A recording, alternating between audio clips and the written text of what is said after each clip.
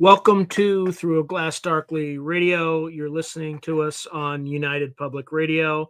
And the intro song was Mark of the Doom Slayer by Carl Casey at Whitebat Audio. Okay. It's been a while since I've had a live show. This is about 2 weeks, something like that. Again, just a reminder, if after you watch this podcast, you enjoy it and you're not subscribed, please subscribe. Also, if you are subscribed, YouTube likes to delete my subscribers for whatever reason, glitch, algorithm, I don't know. But if you enjoy this show and think you are subscribed, just double check. And if you're not, because YouTube unsubscribed you, please resubscribe. Okay, now that that's out of the way, this session, near-death experience, I generated using help of AI. Just want people to know that. Everything else I do in terms of content does not use AI. This is the only content I generate that does, in terms of script writing, etc. So, with that being said, let's get started, because I might not actually be able to get through all the material I have this time. There's a lot of stuff. How you doing, Bucko Pete? All right, let me just mark my place and let us get started. So, near-death experiences are profound personal experiences reported by people who come close to death or are clinically dead for a time and then revived. Rather than a singular phenomenon, NDEs encompass a spectrum of intense experiential events, often described as more real than real, that leave a lasting impact on the person's life and beliefs. These accounts typically include vivid perceptions and emotions. For example, a sense of leaving one's body, traveling through a darkness or tunnel toward light, encountering otherworldly beings, undergoing a panoramic life review, and ultimately returning to life with a transformed perspective. Importantly, while scientific theories exist to explain NDEs in terms of brain physiology, this report emphasizes the experiential side, what people felt, saw, and remembered, rather than reductive medical or neurological analysis. The focus is on firsthand narratives, thematic patterns, and spiritual implications, treating these experiences as subjectively real events in the lives of those who report them. So this podcast is organized into 4 major segments. First, we'll outline the most commonly experienced stages of NDEs, providing a structural overview of hallmark features such as out-of-body experiences, the tunnel and light phenomenon, meetings with beings, life reviews, and the return to the body. Next, we present in-depth case studies and personal narratives spanning historical reports, modern clinical cases, and accounts from diverse cultural or religious backgrounds to illustrate the richness and consistency as well as variety of NDEs across time and cultures. Following that, we explore deathbed visions, the often reported visions of the dying, examining what they are, how they relate to or differ from NDEs, and some notable documented examples. Finally, we'll delve into the concept of life between lives, surveying descriptions of an interim spiritual existence between incarnations as reported by regression therapy subjects, by spiritual traditions, or occasionally by near-death experiencers who glimpse memories of a pre-birth state. Throughout, the aim is to provide clarity, depth, and an immersive sense of these phenomena through the eyes of experiencers, avoiding dry analysis in favor of experiential richness and narrative detail. All claims are supported with citations from credible sources, and images or direct quotations are included where they can enhance understanding. All right, so let's talk about common stages of a near-death experience. Research over decades has shown that despite each NDE being unique, there is a common progression of stages or elements that many experiencers report. Classic studies, beginning with Dr. Raymond Moody's 1975 work and later investigations by organizations like IANS, the International Association for Near-Death Studies, have identified recurring features that form a loose sequence. Not every NDE includes all these stages, and the order can vary, but typical pleasurable NDE often unfolds in recognizably similar ways. Below, we detail the most commonly reported phases of an NDE, along with descriptions and examples. So we'll start with an intense emotional tone. An NDE usually begins with overwhelming feelings. Most experiencers, especially in pleasant NDEs, I guess that's in relation to, as opposed to unpleasant NDEs, describe profound peace, love, and painlessness, often combined with euphoria or awe. A minority have distressing NDEs, which start with fear, panic, or a sense of despair. In either case, the emotional intensity is striking, far beyond normal life experience, and this mood sets the stage for what follows. Many describe a feeling of total serenity and security once the process begins. For instance, a person badly injured in an accident might suddenly feel all pain vanish and be enveloped in a deep sense of calm and safety, as if removed from the trauma of the body. This emotional shift often coincides with the next stage, the perception of leaving the physical body. Then there's out of body experience, separation from the body. One of the first and most common NDE stages is the sense of leaving one's physical body and viewing it from an outside perspective. Experiencers frequently report that at the moment of clinical death or extreme trauma, they felt themselves float or rise up, often finding themselves above their body looking down upon the scene. This is the classic out of body experience, or OBE. In many NDEs, the person sees their own lifeless or unconscious body below, sometimes witnessing frantic resuscitation efforts or hearing conversations of medical staff, even when the person is comatose or under anesthesia. NDEers often emphasize the crystal clarity of perception in this state. Vision and hearing seem sharper than normal, and they feel a strange detachment, observing without pain or fear. For example, during her famous 1991 NDE, Pam Reynolds, who was undergoing brain surgery, felt herself float above the operating table. She later described seeing the surgeons working on her body and noticing specific details. The tool in use, quote, looked like an electric toothbrush, end quote. And in that case, she accurately described the bone saw device. And she heard a female staff member comment on her aneurysm, even though her ears were plugged with monitors at that time. Pam said she felt more aware than normal in this disembodied state. Similarly, another patient, Maria, who flatlined in a Seattle hospital, reported hovering near the ceiling and watching her resuscitation. She could later describe who was in the room, where they stood, and what they did, down to noticing a pile of paper printouts on the floor from a heart monitor. The details were verified by hospital staff. Such veridical observations, accurately perceiving real events while seemingly unconscious, are among the most intriguing aspects of OBEs in NDEs, and numerous cases like Maria's, quote, shoe on the ledge, end quote, account have been documented. In that case, Maria's consciousness not only watched the ER from above, but then drifted outside the hospital building. She later described seeing a single tennis shoe on a third floor window ledge in detail, a scuffed dark blue shoe with its lace stuck under the heel, and begged the staff to verify it. To their amazement, a social worker went up and found the shoe exactly as Maria had said, somewhere Maria's physical eyes could not have seen. Such reports suggest that the OBE can involve real perception beyond the body, though how this occurs remains mysterious. Experiencers typically feel little attachment to their body during the OBE. Many remark that they recognize the person on the bed or ground as quote unquote me, yet they felt oddly unconcerned or even indifferent about it. The dead or dying body is sometimes described as like an empty shell or a suit of clothes that they have temporarily shed. Consciousness feels free, light, and unencumbered by physical limits, sometimes even capable of moving instantly from place to place just by thought. Some NDEers recount exploring the hospital or accident scene from this out-of-body vantage point.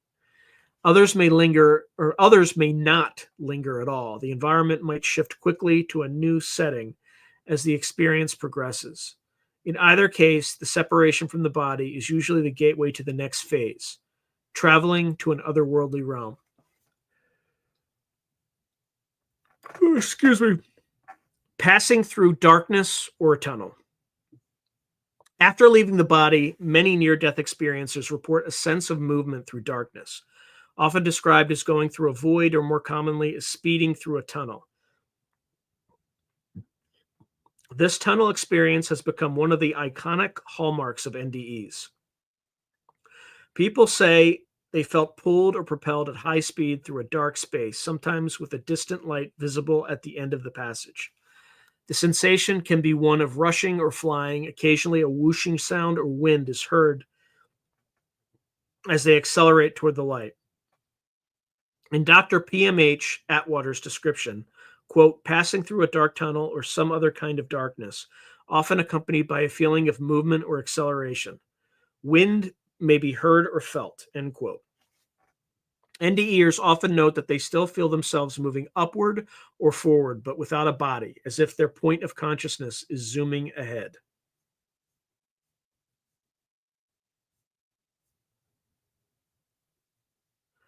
The darkness is not always described as a tunnel per se. Some experiencers say it was a vast empty space or void. Yet the majority who recall this stage do experience it as a passageway with light ahead, suggesting a transition from the earthly realm to another dimension. The light at the end of the tunnel is typically described as brilliant and inviting, not harsh. In fact, even before reaching it, many people report that the darkness begins to give way to a glow, and they feel drawn toward it by an unseen force or simply by their own desire. The late Dr. Elizabeth Kubler-Ross, a pioneer in near-death studies, once wrote that patients commonly spoke of, quote, a tunnel, a passageway, an open doorway, end quote, through which they traveled to, quote, the light, end quote. It's noteworthy that not every culture emphasizes the tunnel. Some research suggests tunnel experiences are more frequently reported in Western NDEs than in other cultural contexts. For example, one study found that in India, NDEs more often described going to a different place or realm directly, rather than moving through a tunnel. Nonetheless, the core motif is consistent: transition through darkness into light. During this transition, fear usually subsides, if it was present at all, and positive feelings intensify. As one survivor put it, quote, I was in a dark space racing toward a pinprick of light. Instead of fear, I felt curiously safe, like I was heading home, end quote. The end of the tunnel marks the entry into the next stage, the encounter with the light and often with other beings. Encountering a light and beings of the other side. Emerging from the tunnel or darkness, NDEers frequently find themselves in a realm of light, or at least in the presence of an intense, brilliant light. Many describe this light as unlike anything on earth. Quote, brighter than the sun, but not hurting my eyes, end quote, and often imbued with a personality or intelligence. It is commonly perceived as a being of light, radiating unconditional love and warmth. Experiencers feel completely enveloped by love in this light.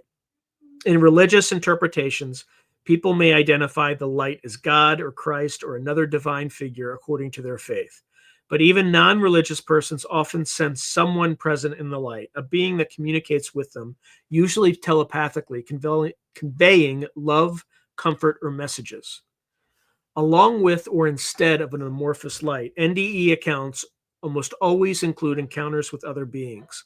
These can be deceased loved ones, family, or friends who have died before, spiritual or religious figures such as angels, Jesus, saints, Buddha, etc., depending on one's background, or sometimes unknown luminous beings who nonetheless feel familiar or authoritative. Communication with these entities is typically described as mind-to-mind or telepathic. Words may not be spoken aloud, but thoughts and feelings are directly exchanged and understood. A common element is the incredible sense of recognition and reunion when meeting these souls or figures. For example, a woman who nearly died in childbirth saw her long departed father appear and welcome her with joy. Quote, oh, he is so glad I am coming. He is so glad, end quote, she exclaimed, according to the doctor present. In another case from Sir William Barrett's collection of Deathbed Visions, a dying woman suddenly looked around a corner of the room, smiling radiantly, and said, quote, "Why, there is Vida," end quote, referring to her sister, whose recent death had been intentionally kept secret from her, making the vision dramatically evidential. The appearance of deceased relatives is extremely common in both NDEs and deathbed experiences. Often these relatives or beings seem there to greet and guide the person. NDEers describe scenes of being embraced by loved ones or escorted by friendly figures through a beautiful landscape. The environment at this stage is often depicted as, quote, "somewhere else," end quote, a distinct realm or world that feels real and often resembles a glorified earth. Some report arriving in a landscape of incredible beauty, gardens, meadows, a city of light, a temple, or simply a realm of glowing mist. As one account described it, quote, "I found myself in a place of brilliant light. There were colors more vivid than any on earth, and I felt an overwhelming sense of being home," end quote. Others mention structures like a bridge or a border they sensed they were crossing. The sense of place can vary. For some, it's clearly a heavenly world with other souls around. For others, it might be more abstract, like a sphere of light or a boundless horizon. But nearly all emphasize the feelings of peace, love, and acceptance emanating from the surroundings and beings. Notably, cultural and religious background influences the forms encountered to a degree. A Christian might interpret the loving light as Christ or an angel. A Hindu could perceive the messenger as Yamaraj, or the Lord of Death, or his assistants.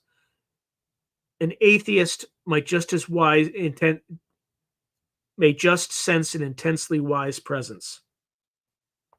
For instance, research in India by Dr. Satwant Parisha found many Indian NDEers met Yamdoots, or death messengers, who took them to a cosmic bureaucracy to check ledgers, a scenario reflecting Hindu afterlife beliefs. In one Indian case, a boy was taken by two Yamdoots to a dark, fearsome figure, identified later as Yama, Lord of the Dead, who angrily said they'd fetched the wrong Yasudev, or wrong person. The experiencer was a student, whereas the summons was for an elderly gardener with the same name. The boy was then returned to life, and remarkably, it turned out the correct Vasudev, the gardener, died the very next day. By contrast, Western NDEs often involve seeing relatives or angels rather than a bureaucratic clerk, and settings may be pastoral or ethereal rather than administrative. In one striking close cultural observation, Papua New Guinea tribal NDEs sometimes portray paradise as a kind of modern city with factories, cars, and highways, fulfilling their cultural vision of, quote unquote, the good place. Whereas Americans and Europeans describe, quote, soft breezes, angelic music, flowers, blue skies, and radiant sunlight, end quote, in their heavenly realms.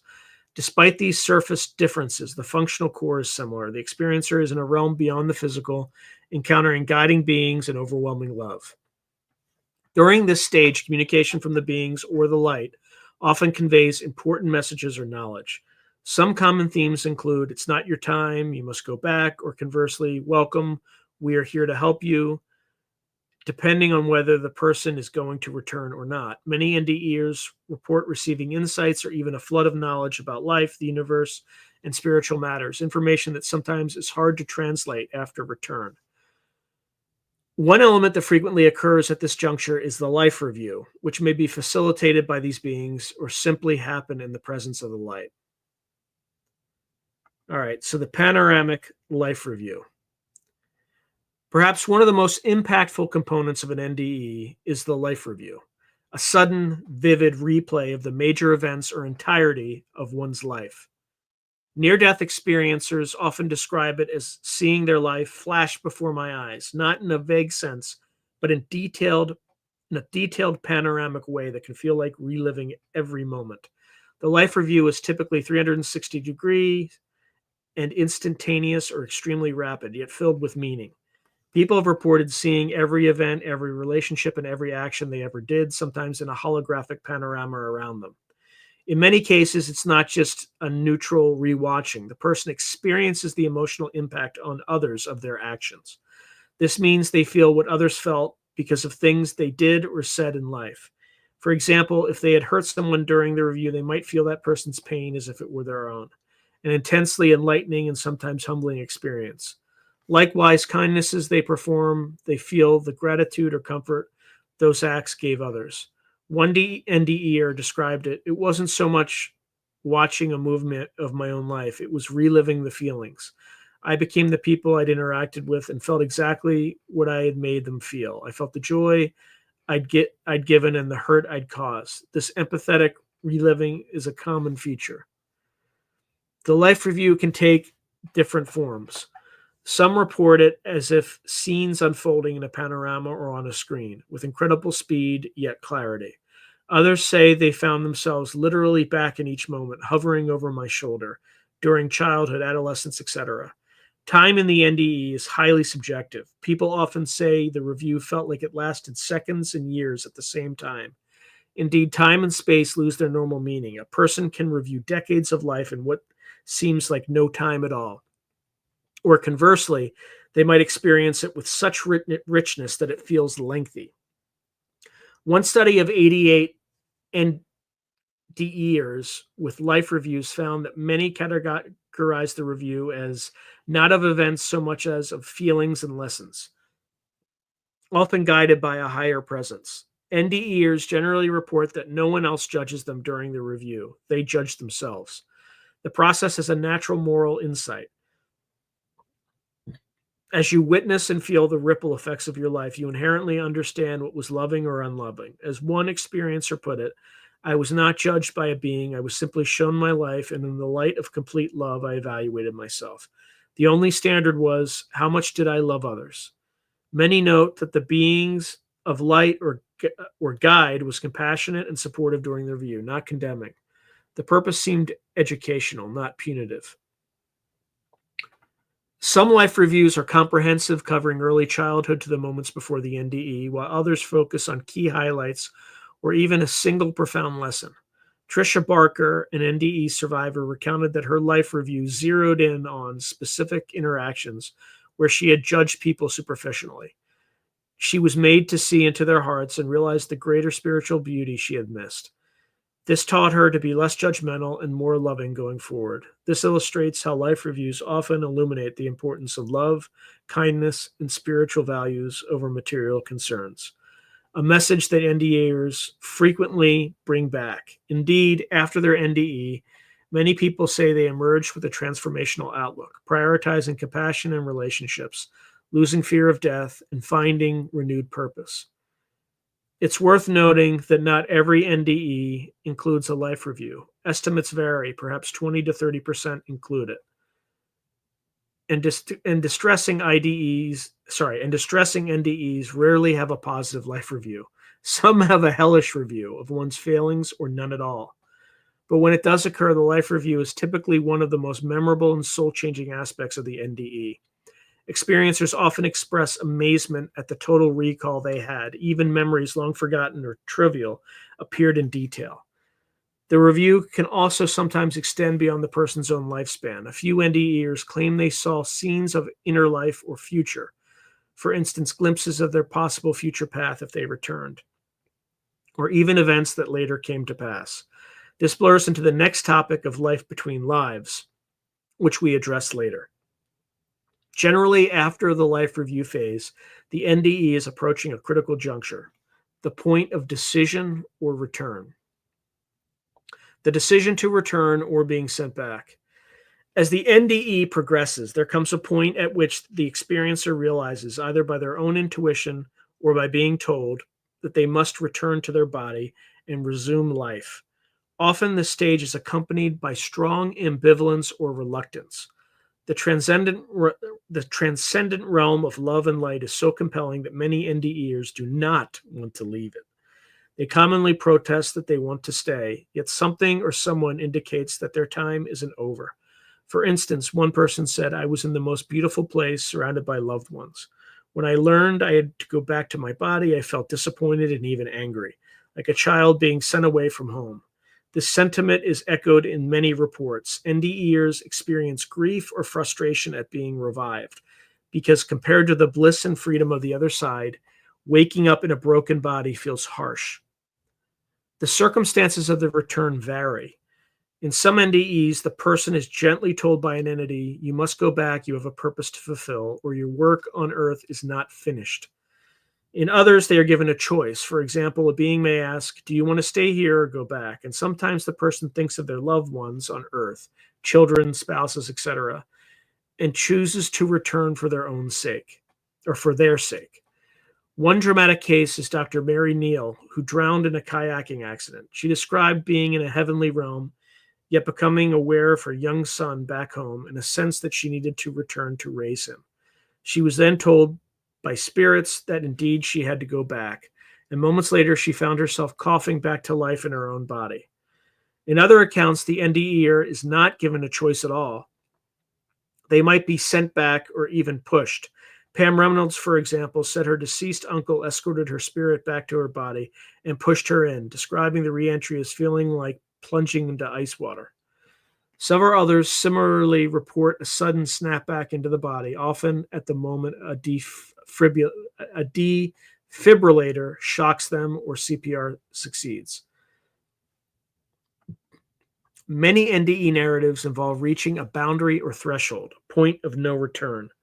It could be a literal boundary, a gate, a river, a fence, a line of light, or an implicit point.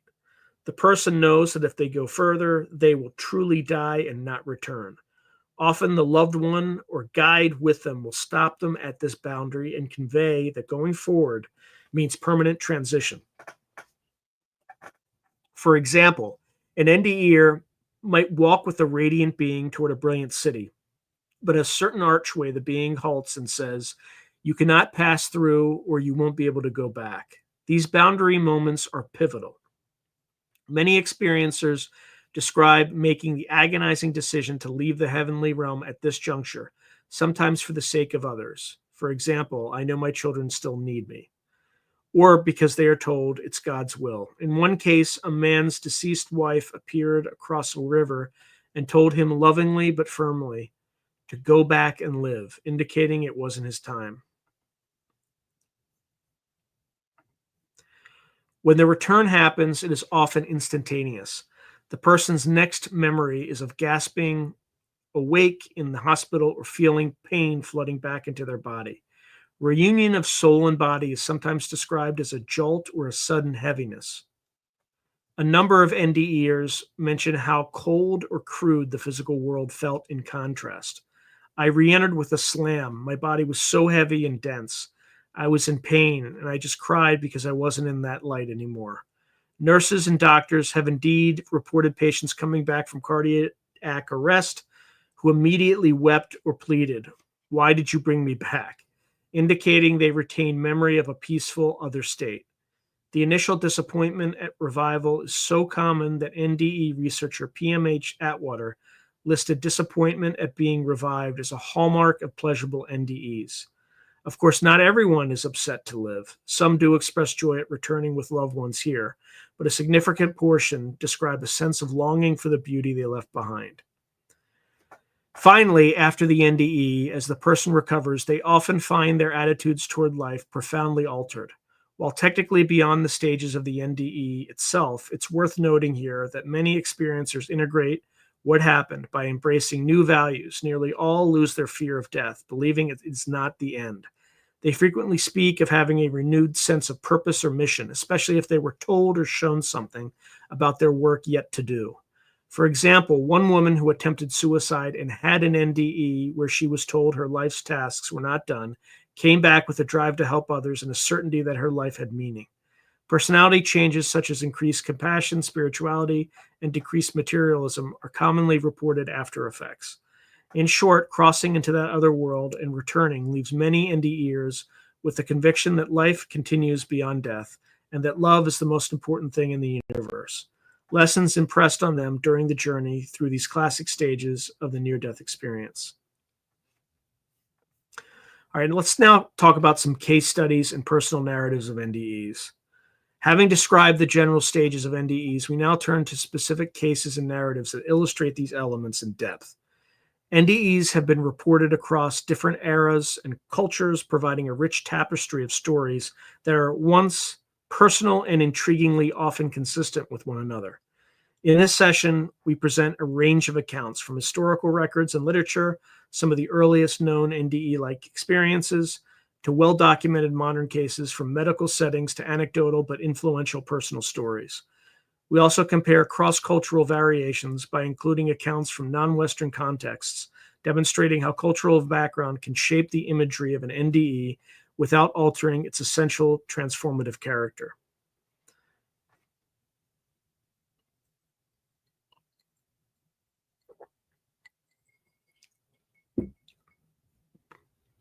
Historical accounts of near-death experiences. References to experiences resembling modern NDEs can be found in surprisingly early sources. One of the oldest recorded accounts of a journey beyond death is Plato's myth of dating to the 4th century BCE. In Book 10 of the Republic, Plato recounts the story of a soldier who was killed in battle only to revive 12 days later on his funeral pyre, and who told of an otherworldly journey. Reported that his soul traveled to a mysterious realm where judges sent the virtuous upward to the sky and the wicked down into the earth. He observed souls returning from heavenly and hellish places, recounting joyously beautiful sights or horrific suffering as their respective post-mortem fates. Importantly, witnessed a grand process of reincarnation, souls gathering in a meadow, then choosing new lives from a lottery of fates, guided by supernatural beings. They then drank from the river of forgetfulness and were sent back to be reborn, while himself was instructed to return to his body and report what he saw. The myth of contains many features echoed by modern NDEs. An out-of-body perspective, soul left his body and observed cosmic realms. Judgment or life review, the sorting of souls and tenfold penalties for evil deeds. Encounters with otherworldly beings and the concept of being sent back with a mission to tell others. While couched in mythological language, tale is often cited as the oldest known NDE account, showing that the fascination with afterlife journeys is ancient. Moving forward to medieval times, another remarkably early NDE is recorded by the Venerable Bede in the 8th century. Bede's ecclesiastical history tells of an Anglo-Saxon man, sometimes identified as Dry Thumb, who fell deathly ill one night, was presumed dead, and then suddenly revived the next morning. Upon recovery, Dry Thumb described how his soul had been led by a figure in white through various otherworldly realms, including a place of darkness and terror, sometimes interpreted as hell or a purgatorial realm, where demonic creatures tried to attack him, until a bright figure rescued him. He was then shown a beautiful realm of light, a heaven, but was not allowed to stay and was told to return to his body to live more piously.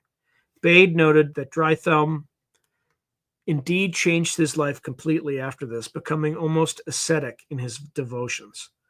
This story carries classic NDE motifs: a guided tour of afterlife realms, both hellish and heavenly, a protective being of light, and a message to reform one's life back on earth. It also highlights that distressing or hellish NDEs have been part of the record. Dry Thumb's journey included frightening parts before the salvation, akin to some modern NDEs where a void or hellish scene turns into a positive experience. In the 18th century, we have the case of George de Benneville, a physician and minister who in 1741 published an autobiographical account of a near-death vision. De Benneville, gravely ill and apparently dead for over 30 hours, later described awakening from that state with memories of a transcendental experience. He recounted visiting heavenly realms of exquisite beauty and conversing with celestial beings who imparted spiritual knowledge, reinforcing his universalist belief in God's love for all souls. What makes de Benneville's NDE notable is not only its rich detail and concordance with modern reports, for instance, encountering a bright, radiant throne of the divine and feeling extreme reluctance to leave the heavenly hosts, but also the fact that he was highly respected in his community. His account helps show that NDEs could happen to critical individuals and had profound after effects on their theology and life's mission. Indeed, after recovering, George de Benville devoted himself to preaching love and universal salvation, consistent with the insights from his NDE. By the 19th century, near-death experiences were still not a known scientific term, but documented instances became more frequent in literature and medical anecdotes. A famous early researcher was Dr. Albert Heim, a Swiss geologist who didn't clinically die but had an NDE-like state during a mountaineering accident in 1871. Heim fell off a mountain and while plunging experienced a remarkable phenomenon. Time slowed drastically. His thinking sped up, and he saw a rapid but clear panoramic view of his entire life, all accompanied by feelings of peace and even bliss. In his recollection, my whole past life was displayed in numerous images as though on a stage. Everything was transfigured by a heavenly light, without pain, without distress. He felt no fear. Instead, a divine calm swept through my soul as he fell. Heim survived with injuries and later began collecting similar reports from others who had near-death falls. In 1892, he published his findings, concluding that a common set of mental experiences occur at the moment one faces death, especially in falls. A sense of calm, detachment, a hundredfold acceleration of thought, a panoramic life review, and often visions of a beautiful, peaceful realm or heavenly scenes. Just one thing to add, many years ago, when I pancaked my Humvee, I was like standing outside of the Humvee, outside the hatch with holding my 50 cal. When it started to roll, it felt like I had all the time in the world to drop into the Humvee and survive. Like time definitely slowed for me. So there's definitely something to this. Hein's work is possibly the first systematic study of NDE-like phenomena. His summary reads like a checklist of NDE features: no anxiety, no pain, rather calm seriousness, and a sense of surety. Time greatly expanded, a sudden review of the entire past, often beautiful music, and a superbly blue heaven with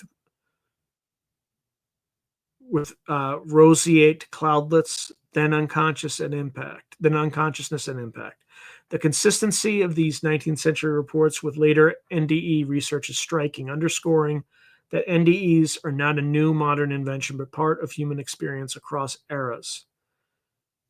In summary, historical cases from era in antiquity through medieval examples like Drythum to early modern accounts like de Benville and Heim's compilations all illustrate core NDE motifs: separation from the body, otherworldly journeys, encounters with spiritual beings or places, life reviews, and being sent back with lessons. They also show the lasting transformative impact. Individuals often drastically change their lives after these encounters, whether that meant adopting more virtuous living, spreading spiritual messages, or simply losing their fear of death. This continuity over time provides a fascinating context for examining NDEs in the present day. Modern NDE case studies in clinical settings. The latter half of the 20th century and into the 21st century have seen an explosion of reported NDEs, partly due to advances in resuscitation medicine, i.e., more people are brought back from clinical death, and greater willingness to discuss these experiences. Researchers have documented thousands of cases. Here, we highlight a few well-documented modern NDEs that are frequently cited in the literature for their evidential value or depth of detail. And we talked about this a little bit earlier, but there's the case of Pam Reynolds in 1991. Pam Reynolds' near-death experience is one of the most famous in NDE research, notable for occurring under highly controlled medical conditions. Reynolds was a 35-year-old woman undergoing a delicate brain surgery for a giant aneurysm. The procedure was a standstill operation, required her body temperature to be lowered to 60 degrees Fahrenheit. Her heart and breathing stopped, her brain waves flatlined to zero, and blood drained from her head, effectively inducing clinical death for over an hour. Her eyes were taped shut, and clicking devices in her ears ensured no hearing to monitor brainstem reflexes. In short, by all conventional understanding, consciousness should have been impossible. Yet, during this period, Pam underwent a classic NDE that she later vividly reported. She felt pulled out by a musical tone, a natural D note, and floated above the operating table. From that vantage point, she accurately observed details of the surgical process, describing the specialized saw used on her skull, which she noted resembled an electric toothbrush, and recounting a conversation between the surgeons about the difficulty of accessing her blood vessels. These observations were later confirmed to match reality, even though by medical measures she was deeply under anesthesia with no brain activity. Partway through, Pam became aware of a bright light and felt herself tunnel toward it. On the other side, she had encountered deceased relatives, specifically her grandmother and her uncle, as well as figures standing in the light. She felt indescribable love and wanted to stay with them. However, Pam was reminded that she needed to return. In her account, her uncle led her back and told her it was like jumping into ice water to re-enter her body. She awoke from surgery with clear memories of this experience.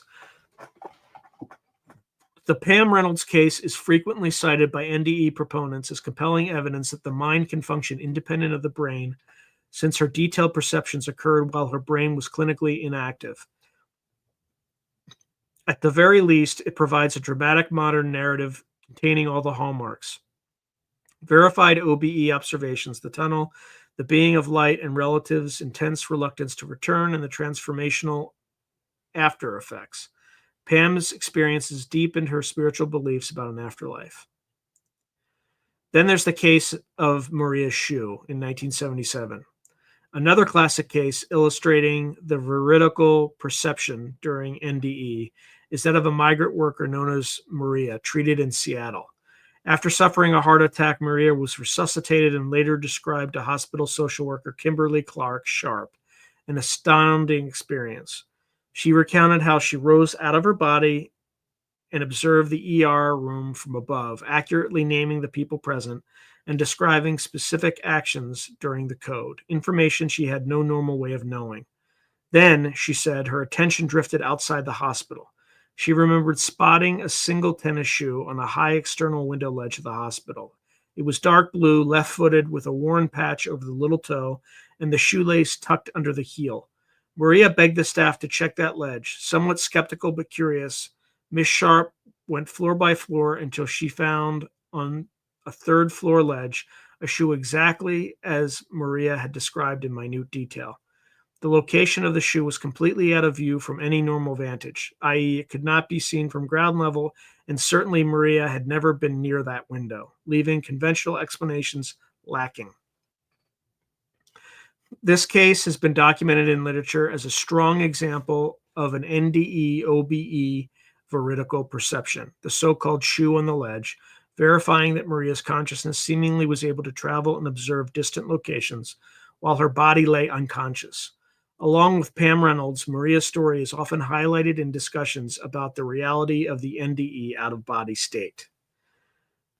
And then there's Dr. Eben Alexander's NDE case in 2008. And for folks who watch this channel, I've interviewed Dr. Eben Alexander. So, just go check the playlist on my channel. You'll find him. In a modern context, few accounts have generated as much public interest as that of Dr. Eben Alexander, an academic neurosurgeon who was once skeptical of NDEs until he had his own.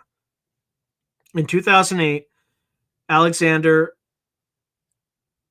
contracted a sudden severe brain infection of E. coli meningitis that left him in a deep coma with neocortical shutdown for a week. During that time, by medical measures, his brain's higher functions were gravely compromised. Yet he awakened reporting one of the most elaborate and transcendent NDEs on record, which he later detailed in the bestseller Proof of Heaven. He described initially finding himself in a dark, muddy realm, which could be likened to a murky underworld, but then being rescued by a bright being of light and taken to an ultra-real, beautiful realm he called the core. In this heavenly place, he experienced God's overwhelming love and heard celestial music. He was also guided by a young woman whom he felt an emotional bond with. Much later, Alexander learned that this being's face matched that of a biological sister he had never met. He was adopted and didn't know of her before, which he took as astonishing personal validation of his experience. Throughout his NDE, he received teachings about the nature of consciousness and the universe, though he struggled to put them into words. Like many others, he encountered a limit, in his case, a huge orb of light that he sensed was the divine source, and understood he had to return. His NDE is notable both because of the severe brain impairment context, which, from his perspective as a neurosurgeon, made it hard to dismiss as a hallucination, and because of its richly spiritual content that transformed a skeptic into a believer in the afterlife. Dr. Alexander's case underscores how even those well versed in science can be deeply changed by an NDE. Critics have debated his medical facts, but Alexander stands by his account and it remains influential in NDE circles.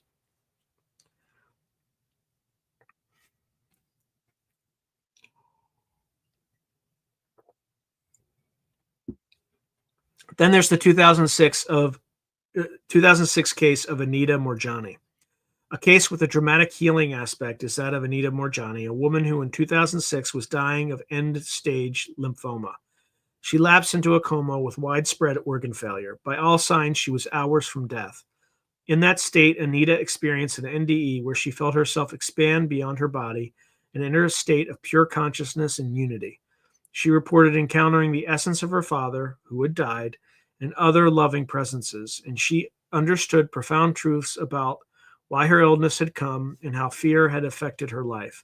She was given a choice to return and was told if she chose life, her body would heal because she now knew her true worth and power. Anita chose to return, and in fact, to the astonishment of her doctors, she woke from the coma and rapidly recovered. Within weeks, her tumors shrank and eventually disappeared. A virtually unprecedented recovery in that scenario. Anita Morjani later wrote Dying to Be Me, attributing her miraculous healing to the spiritual transformation and unconditional love she experienced in the NDE. While skeptics might seek physiological explanations, her story is often presented as an example of the mind-body connection and how NDE insights can sometimes correlate with spontaneous healing. At the least, it's a modern narrative showing the classic pattern: out of body, meeting deceased loved ones, message of purpose, decision to return, followed by life-changing results. In her case, returning with a message about living fearlessly and authentically. Many other modern cases could be detailed. For example, Mellon Thomas Benedict in 1983, who had an NDE with a cosmic tour and returned to his cancer-ridden body, which then unexpectedly healed. Or Colton Burpo, the young boy in 2003 who nearly died and later spoke of visiting heaven and meeting a sister who had died as a miscarriage, a sister he had never been told about, lending veracity to his story. There are also numerous accounts from combat veterans, cardiac arrest survivors, and even children as young as 3 who articulate strikingly similar NDE motifs, often with less cultural influence. Children might simply say, I met God, or I was in a garden with Grandpa and Jesus, etc. In academic research, Dr. Bruce Grayson and Dr. Kenneth Ring have published collections of cases, including NDEs of the blind, who report visual experiences, and cross-cultural comparisons. One notable study by cardiologist Dr. Pim van Lommel in The Lancet in 2001 documented NDEs in cardiac arrest patients in Holland, finding that 18% had classic NDEs and that these patients often still recalled the experience years later with undiminished clarity. Overall, modern case studies reinforce the patterns already discussed: clear consciousness during periods of clinical death, consistent stages of experience, OBE, tunnel, beings, review, and profound positive after effects. They also illustrate how NDEs occur in various situations: illness, accidents, surgical complications, and to people of all walks of life, from children to doctors. The remarkable similarities across cases hint at some underlying common experience, while the differences in interpretation, shaped by personal and cultural lenses, and fascinating variety. Then there's NDEs across cultures and religions. Near-death experiences appear to have a human phenomenon not confined to any single culture or belief system. However, the way they are perceived and reported can be influenced by a person's cultural and religious background. Cross-cultural studies, such as those by Osis and Haraldson in the 1970s, and more recently by Pashrika and Stevenson in India, have revealed both universality and diversity in NDE accounts. So the common core versus cultural overlay. At their core, NDEs from around the world tend to share the presence of an out-of-body phase, movement to another realm, encounters with spiritual beings, and intense feelings of peace or fear. For example, whether the person is from the US or India, they often see some form of otherworldly guides and deceased relatives who communicate that the person must return to life. Both in America and India, many dying patients or NDEers describe seeing deceased loved ones waiting to take them to another world. And after such visions, they lose their fear and are willing to go. The loving reunion aspect seems common to all cultures. Life reviews, too, are reported in multiple cultures, though they might be interpreted through different moral frameworks. A Hindu might relate it to karma, a Christian might think of judgment. One Indian NDEer said he was shown all his good and bad deeds and was told it wasn't yet enough, implying he had to return to do more. Where differences emerge is often in the imagery and characters that appear. In predominantly Christian societies, NDEers may report meeting Jesus, angels with wings, or entering a heavenly throne room, where in Hindu or Buddhist contexts, one might meet Yama or Buddhist bodhisattvas, or see scenes resembling their spiritual descriptions of the afterlife. For instance, as touched on earlier, Indian NDEs frequently involve a scenario of mistaken identity in the afterlife bureaucracy. A classic pattern in India is the person dies, their soul is taken by Yamdoots, or messengers of Yama, the god of death, to a sort of office where a man with a book, record keeper, checks names and realizes a mistake. The person's time isn't up, or they grab the wrong individual with a similar name. The person is then promptly sent back to Earth, sometimes with an apology or simply an order for the escorts to return them.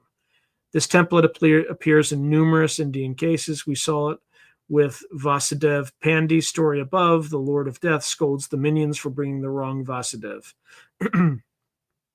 Another Indian case, Durga Jadhav, had even more vivid cultural elements. Durga died of illness in 1940s India and found himself captured by 10 entities.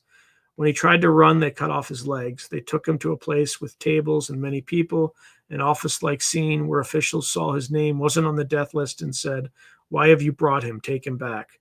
Durga objected, "How can I go back? I have no feet." The beings then showed him a room filled with many legs, reattached the correct ones to him, and sent him back with advice not to bend his knees until they healed. Durga revived and indeed had unusual marks on his legs that corresponded to his story. His sister attested to him telling this immediately after awakening. This almost bureaucratic near-death scenario is far removed from a typical Western NDE. Yet the underlying structure of the worldly beings, a judgment of whether he should die or not, and then a return to life, is analogous. Another interesting difference, frequency of religious figures versus relatives. Osis and Haraldson's views or comparative study of deathbed visions found that Indian experiencers more often saw religious figures, such as Hindu deities, where Americans more often saw just family or friends. Similarly, Indians tended to be younger on average in their experiences because many occurred not in old age, but also in midlife accidents or illnesses in a culture with different mortality patterns. And researchers noted younger people were more likely to struggle or resist being taken. Indeed, Indian patients often argued or tried to escape in their NDEs like Durga did, perhaps reflecting a stronger reluctance to die when one has family duties and life left.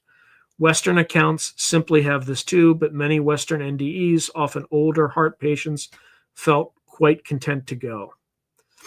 Indigenous and non-mainstream cultures. Studies and anecdotes from indigenous cultures also show unique flavors. For example, among some Native American tribes, NDEs might involve walking on a path and meeting spirit animals or ancestors specific to their traditions. Among Pacific Islanders, like the Kalai of Papua New Guinea, an anthropologist documented that people describe paradise in very material terms. They saw a land abundant with modern goods or a world of factories, planes, and highways, essentially an idealized Western lifestyle, which for them symbolized heaven. This is a reminder that the mind uses familiar symbols to frame the transcendent experience.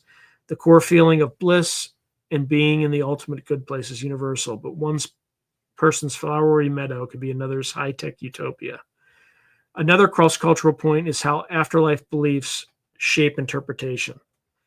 In cultures with reincarnation beliefs, Hindu, Buddhist, some African traditions, NDEs might be readily accepted as glimpses of the journey of the soul and not considered taboo. In contrast, in some strict religious communities, people might hesitate to share NDEs that don't align perfectly with doctrine. For instance, if a Christian expects a judgment by God, but instead only felt love and no judgment, they might be confused. Yet, interestingly, many NDEers across religions say that the experience itself transcended their prior beliefs. They often come back saying, I now respect all religions, but I'm not strictly any one religion. I feel God is about love beyond any single faith. The spiritual message of NDEs tends to be quite universalist. We are all one. Love is what matters, etc., which sometimes conflicts with the exclusivity of certain dogmas. This has led to both interfaith appreciation. Some see NDEs as proof of common truth across religions and challenges some religious individuals reinterpret their NDE in light of their theology. For example, a Christian NDEer might later say the being of light was Christ, even though he didn't say so explicitly. In summary, the common core of NDEs shines through in all cultures. The phenomena of consciousness separating, traveling to another realm, meeting non-physical entities, often being told to return, and being deeply changed by the encounter. The cultural overlay primarily affects who is seen, saints versus sages versus ancestors versus officials, and what environment is reported, lush garden, heavenly cloud city, bureaucratic office, etc. As Jody Long of NDERF aptly put it, one of the near-death experience truths is that each person integrates their NDE into their own pre-existing belief system. The NDE seems to present itself in forms the experiencer can accept or comprehend.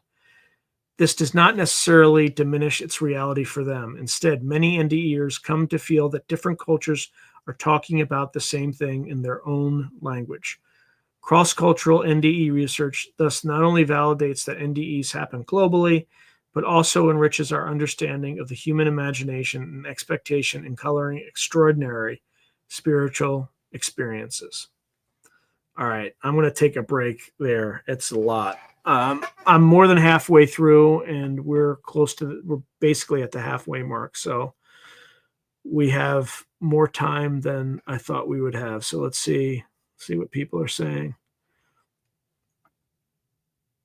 Okay.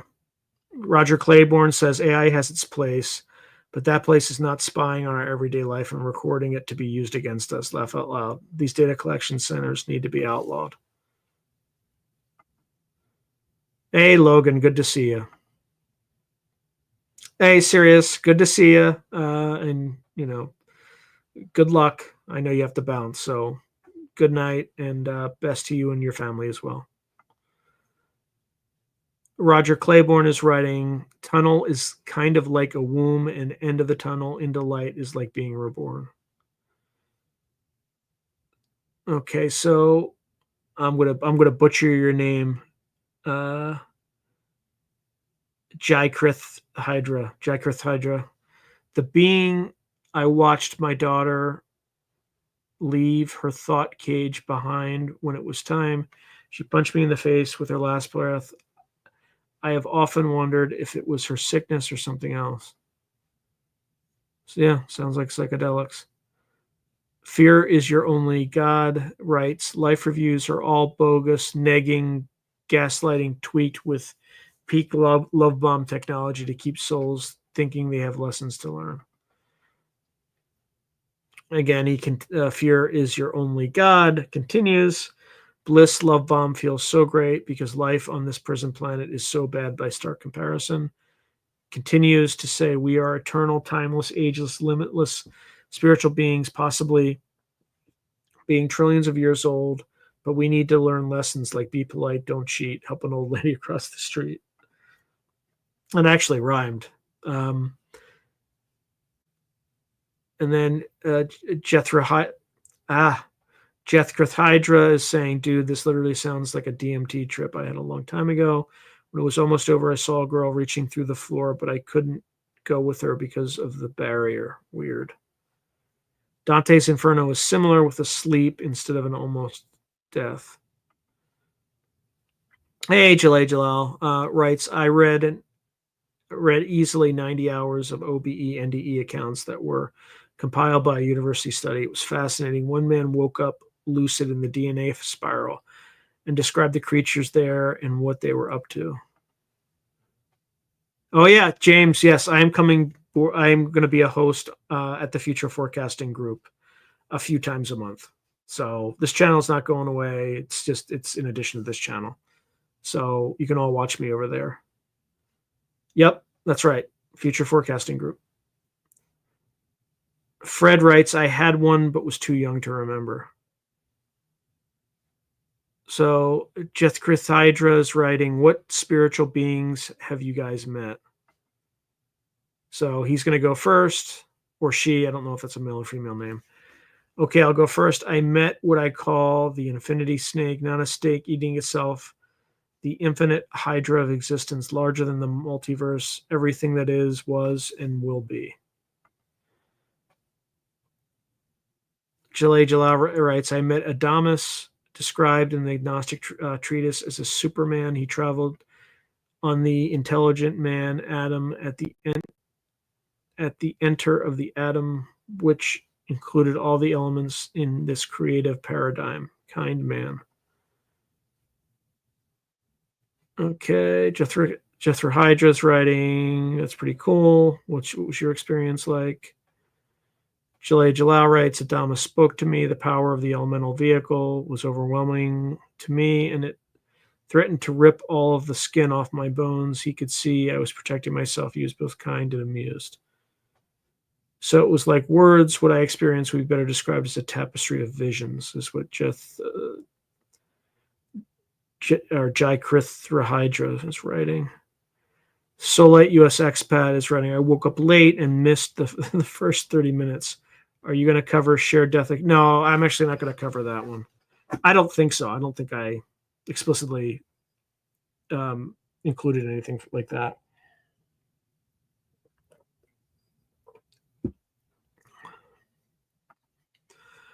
Okay, so Jalal says, no, it was personal, and he was there and speaking, but I was duck and covered. He inquired about well-being. Okay, so Late US Expat is saying they have a road-moving project on when the dollar is going to die. I wonder when that will be. Who knows? Okay. Let me get back to it. Just give me a moment. All right, now we're going to move on to Deathbed Visions and End of Light experiences. Let's see. Bear with me here.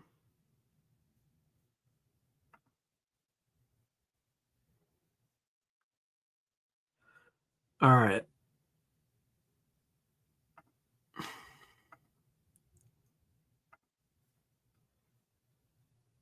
Oops. Three more came in. John Colthouse. Hey, good to see you, Joe Fox. All right, let me get started or restarted. All right, Deathbed Visions and End-of-Life Experiences. As people approach actual death as opposed to a near death that ends in recovery, there is a related phenomenon known as deathbed visions, or more broadly, end-of-life experiences, or ELEs. These are the visions, apparitions, and lucid experiences reported by people in their final hours or days of life, often witnessed or later recounted by healthcare workers and family at the bedside. While not identical to NDEs, since in death visions the person typically dies, or the person typically does not come back to tell the tale long term, especially except in those brief rallying moments before death. They share many thematic similarities with NDEs and can be considered part of the spectrum of transpersonal experiences around dying. This section details what deathbed visions are, how they relate to NDEs, and notable examples documented in research.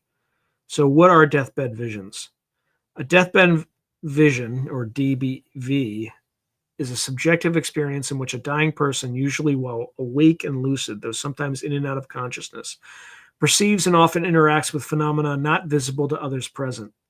These typically include seeing deceased loved ones, relatives or friends who have passed on, appearing in the room, or seeing spiritual entities, religious figures, angels, even beloved pets that died, who seem to come for the dying person. The dying individual might carry on a conversation with these unseen presences, smile at them, reach out to them, or express happiness at what they see. Sometimes they also describe glimpses of a beautiful place as if a door has opened to another realm, saying things like, "It's so beautiful, the music, the light," when there's nothing evident to the observers. Deathbed visions have been reported throughout history and across cultures, often treated as a sign that death is near. Indeed, hospice nurses and palliative doctors are well aware of DBVs. It's commonly said that a patient mentioning seeing dead relatives often precedes their death by a short time, and it usually comforts the patient greatly.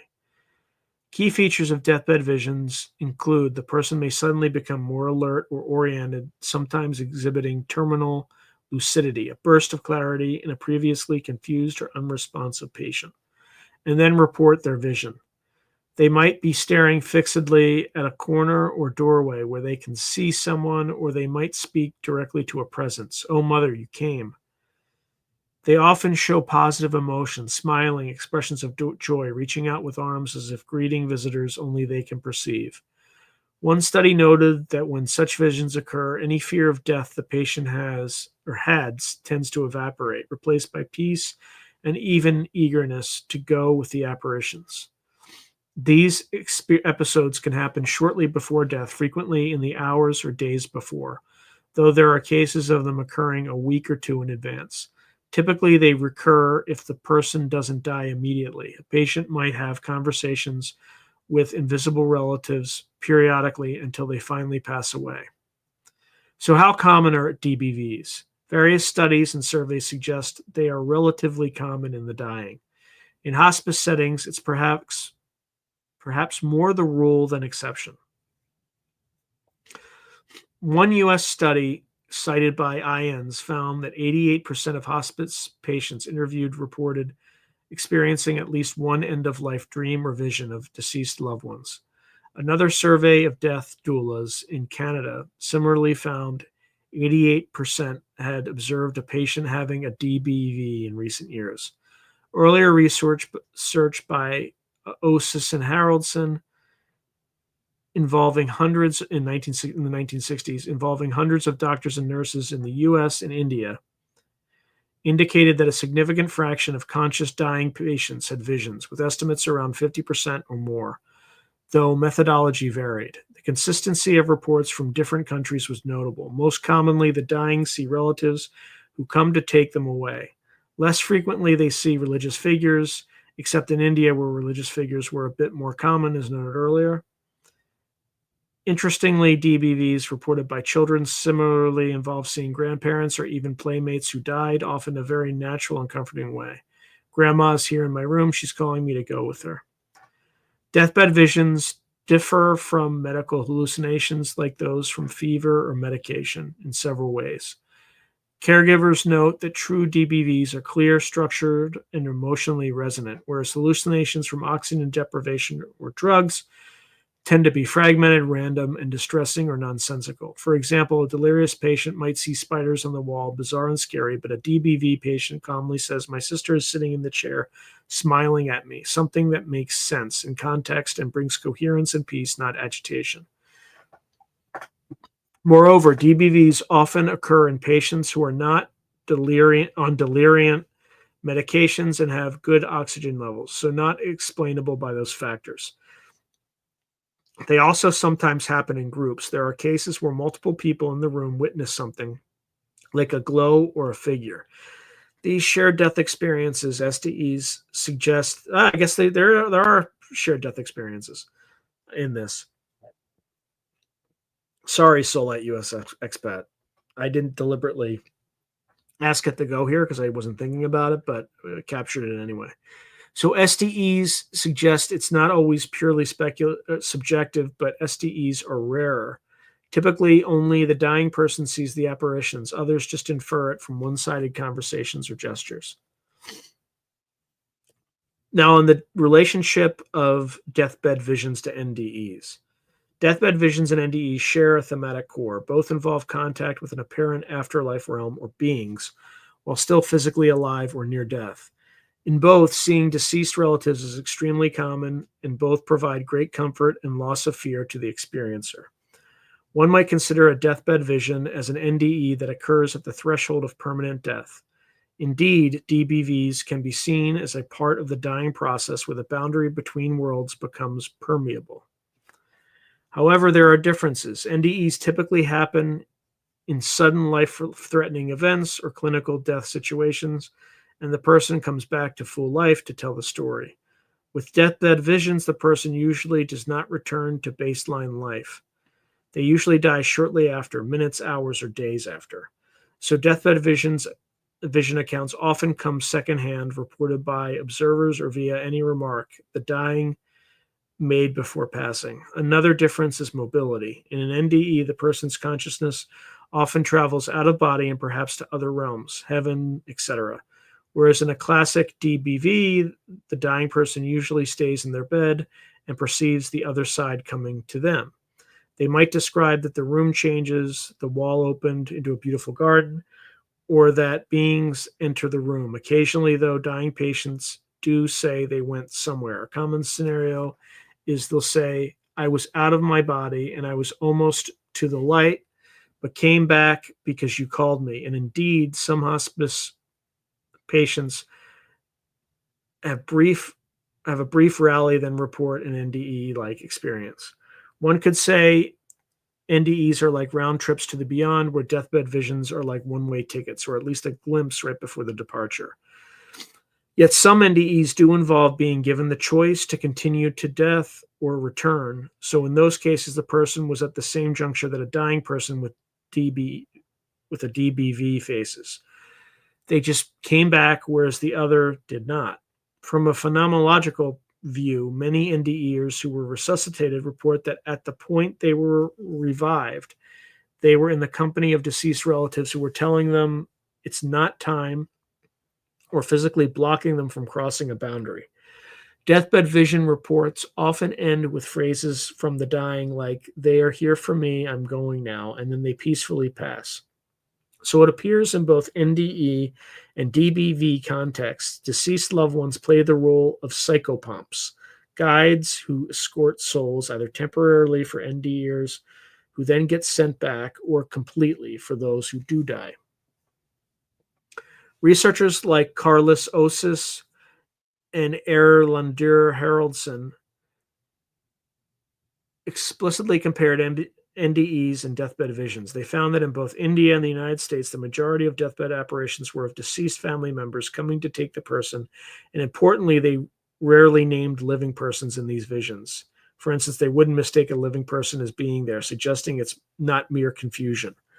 A fascinating subset were peak Indarian cases, named after a famous case in the 19th century. That's when a dying person sees someone who everybody believes is alive and is surprised to see them. And later it's found that person had indeed died recently, unknown to the dying person. Sir William Barrett's book, Deathbed Visions in 1926, recorded such an example. A woman dying in childbirth saw her deceased father and also her sister Vida, who she did not know had died a few weeks prior. The family had kept that news from her due to her illness. Yet on her deathbed, she joyously said, "There is Vida. She's come to take me," much to the shock of her husband, who only later learned that Vida had indeed died. These evidential cases are rare but significant, as they hint that the visions aren't simply memory or wishful thinking. In an NDE, one might meet someone previously unknown to have died. There are cases of people who saw a dead relative they themselves never met or didn't know had died, similar in evidential value to Peak and Darien cases. Both phenomena suggest some kind of information transfer that is currently not explained by normal means, if taken at face value. Emotionally, both NDEs and DBVs overwhelmingly report feelings of peace, acceptance, and often euphoria. When in that otherworldly presence, a DBV tends to eliminate the fear of dying, and an NDE tends to eliminate the fear of death going forward as well, since the person knows there is something awaiting. So here are some notable examples of deathbed visions. Aside from the Barrett case above, the woman seeing her deceased sister Vida, many poignant examples exist. Katie, this is from the Osis and Haraldson study. A hospital case from the 1960s. A female cardiac patient in her 50s was depressed and afraid as she neared death. Suddenly, she sat up, eyes shining, and reached out happily, saying, "Oh, Katie, you came." She was seeing a deceased relative. The family later confirmed multiple deceased family women named Katie. And right after this joyful vision, she peacefully died. Then there's the man who saw his wife across a river. It's another case from the same research. A man dying in pain suddenly broke into a smile and stretched out his arms. When asked what he saw, he described that his wife, who had passed before him, was standing on the other side of a river waiting for him. He became calm and died shortly after, apparently comforted by this vision of reunion. And there's children's deathbed vision. There's a touching anecdote of a young boy dying of leukemia who, in his final hour, stared up and said, "Mom, can you see them? The angels, they're so beautiful. And Grandpa is there too. He says he's come to take me play." The mother, who couldn't see anything, nevertheless felt a sense of peace from her child's demeanor. The boy died with a smile reaching upwards. Such accounts from pediatric hospice illustrate that DBEs or DBVs are not restricted to older adults. Children, too, report seeing beloved figures, often describing them in childlike terms. For instance, bright angels. And there's group vision, shared group vision. In rare instances, more than one person witnesses something. One historical case cited by physician William Barrett involved a dying woman who pointed to the corner of the room at a bright, beautiful figure. At that moment, the attending nurse, who originally saw nothing, suddenly felt a chill and saw fleetingly a glow in that corner. While anecdotal, such stories suggest a possible objective aspect to some visions. Then there's terminal lucidity with vision.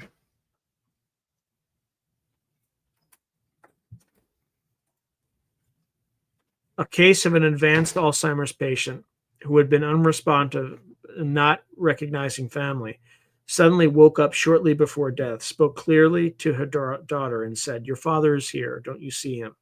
He's calling me." She named other long-gone relatives in the room and expressed joy. Within hours she passed. The family, while startled, took comfort in how lucid and happy she was at the end, convinced she truly saw those loved ones. This phenomena of terminal lucidity combined with DBV is reported enough to be a known pattern. The IANS fact sheet even references it in context of people doing things they were thought physically or mentally incapable of, like sitting up to greet someone not there in ordinary reality.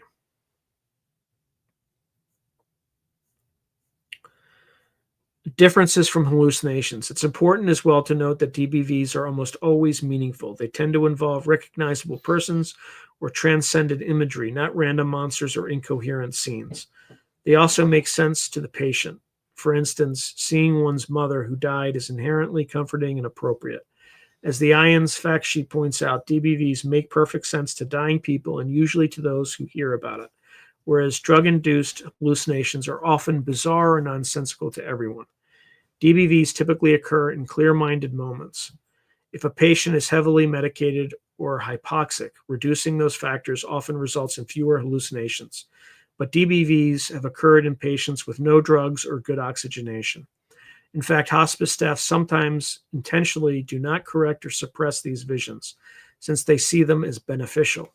A patient who was restless or scared might become calm and serene after seeing a deceased spouse. The significance of deathbed visions. For researchers and clinicians, deathbed visions are significant because they provide another window into the question of consciousness at end of life and possibly in afterlife. They show that as death approaches, experiences very similar to NDEs can occur naturally. Both DBVs and NDEs strongly suggest a continuity of consciousness and the presence of some kind of welcoming process. In terms of care, understanding DBVs helps medical staff support patients instead of dismissing what a dying person says as confusion.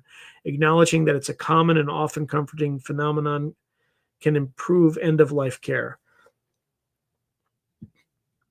Many families take solace afterwards when they hear their loved ones saw angels or grandpa came for them. It lessens the grief to imagine a loving reunion. From a more analytical perspective, DBVs, especially the evidential ones, like seeing someone unknown to be dead, challenge a purely materialist view of mind. Similar to NDEs, they raise questions. How can a brain shutting down produce such clear, often veridical experiences? Why the consistency across cultures? Dead come to escort the dying? Is it spiritual reality manifesting or some deep psychological coping mechanism tapping into archetypes? These are debates that continue. One striking thought is how NDEs and DBVs might be part of one continuum. An NDE can be seen as the reversible segment of death, while DBVs are part of the irreversible crossing. Some researchers, like Peter Fenwick, a neuropsychiatrist who studied end-of-life phenomena, propose that as the brain dies, it releases consciousness, and in that process, people get these visions, which might be glimpses of an objective transition process. His wife, Elizabeth Fenwick, documented hundreds of hospice cases aligning with historical ones. In summary, deathbed visions are an essential part of any discussion on near-death or end-of-life experiences. They reinforce the experiential richness around dying that NDE highlight, but in a context that doesn't involve coming back to life. They are characterized by lucid visions of deceased persons or otherworldly scenes, bringing comfort and peace. They differ from NDEs mainly in outcome. The person dies in vantage. The dying often see others coming to get them rather than traveling themselves. Yet both phenomena paint a complementary picture, suggesting that death is not a sudden extinction, but a process, potentially filled with reunion and guided transition. Such accounts, collected over centuries, contribute greatly to humanity's understanding, or at least our narratives, of what dying feels like from the inside, beyond the purely biological observations. Okay, now let's move on to life between lives, inner life encounters and memories. Beyond the near-death experience and deathbed visions, another fascinating topic arises when discussing consciousness and continuity beyond physical life. Concept of the life between lives, also known as the intermission between incarnations. This idea posits that after death and before any possible rebirth, the soul or consciousness exists in a non-physical realm where it undergoes various experiences, such as reviews of the life that ended, communion with the other souls, learning and preparation for the next life. Reports of this inner life state come from several sources. Past life regression therapy, where subjects under hypnosis recall not just past lives, but the between life states. Certain spiritual and religious teachings, for example, Tibetan Buddhism's Bardo states, and occasionally near-death experiencers who claim they glimpsed or remembered aspects of a pre-birth plan or inner life during their NDE. In this section, we explore the key features of the life between lives as described by those sources, highlighting common themes like meeting guides, undergoing life selection, and being part of soul groups or councils.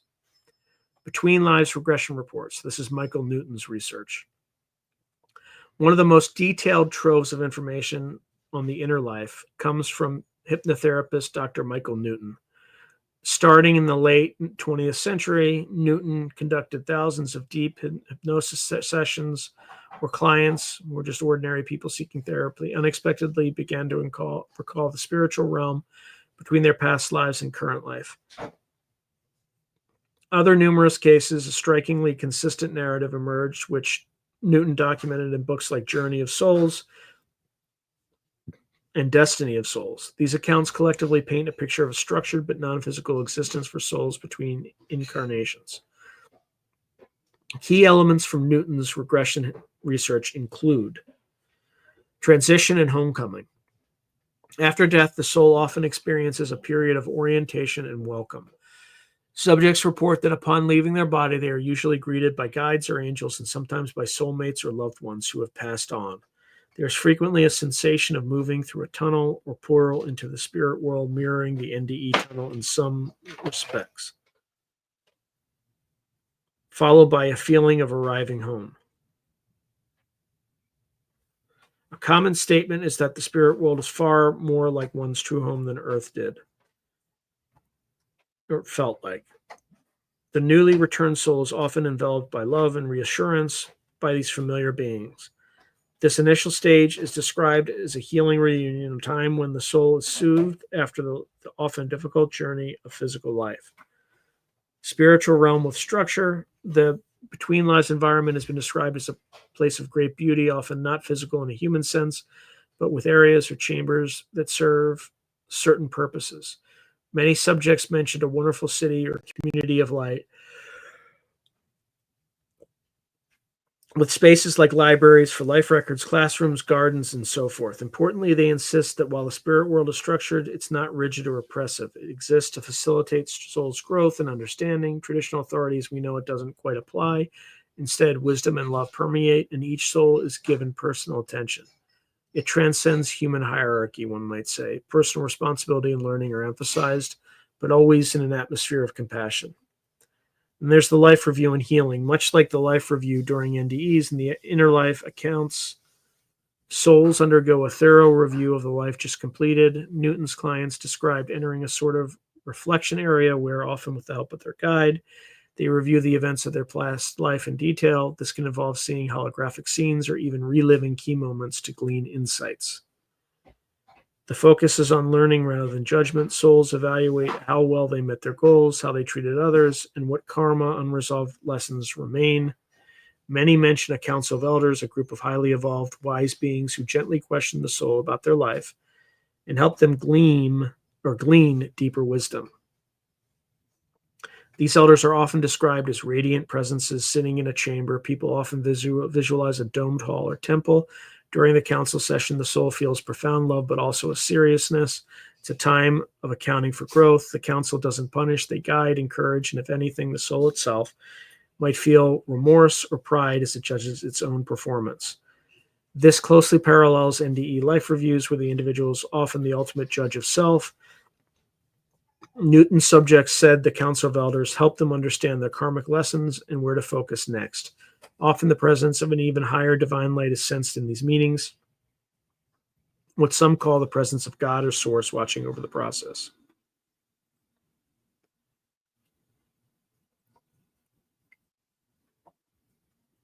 Soul groups and community. In the Between Lives accounts, souls do not exist in isolation. They belong to soul groups, clusters of souls who are at similar levels of evolution and who often reincarnate together in various roles to help each other learn. A typical soul group might have around 10 to 20 members who appear as distinct energies, often described in the regression as points of light or human-like forms made of light. These are one's closest spiritual family. In the inner life, souls in a group interact, share experiences from the lives they just lived, and plan future endeavors collectively. They may study together in what seem like classes or engage in group exercises to advance their understanding.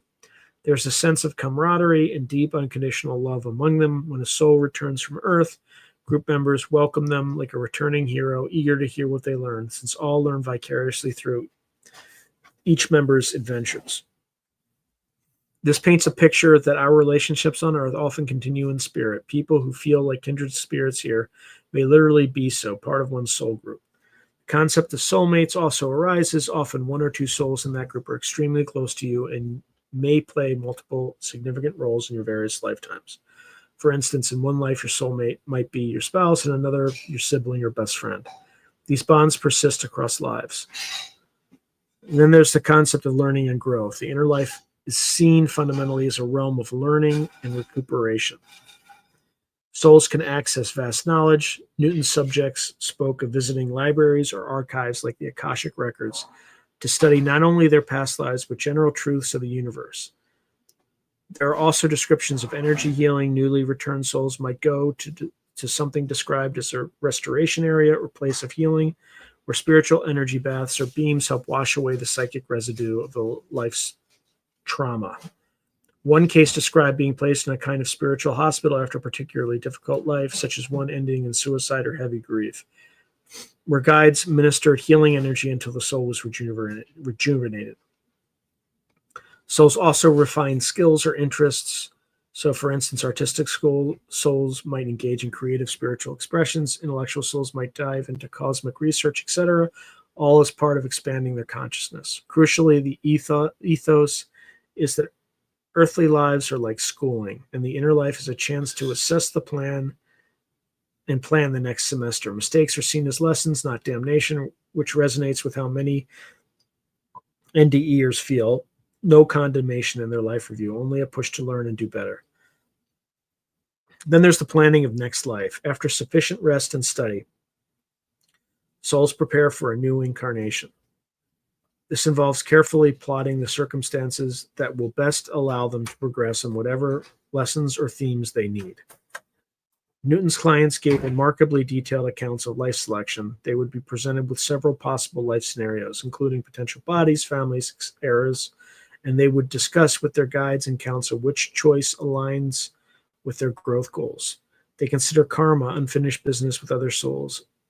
For example, I hurt you in a past life. Maybe I will be the one hurt by you in the next to balance and understand.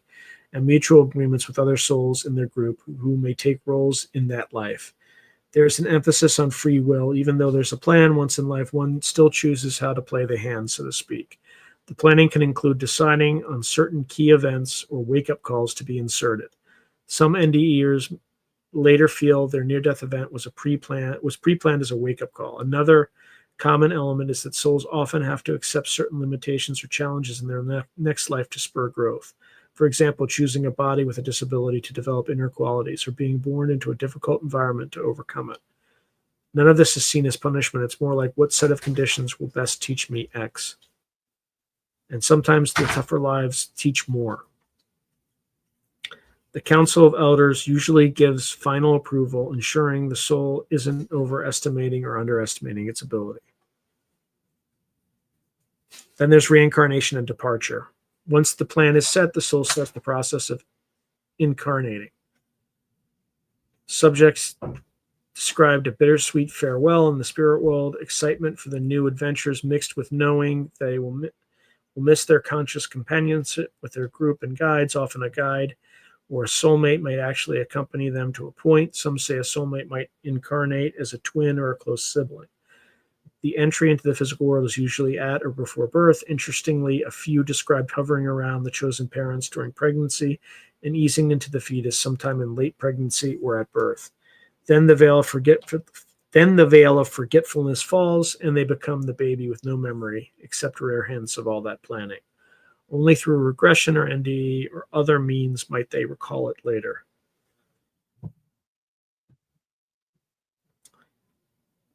Newton's collective data arguably presents a coherent narrative of the afterlife that complements what many NDEers report. In fact, there's a lot of overlap.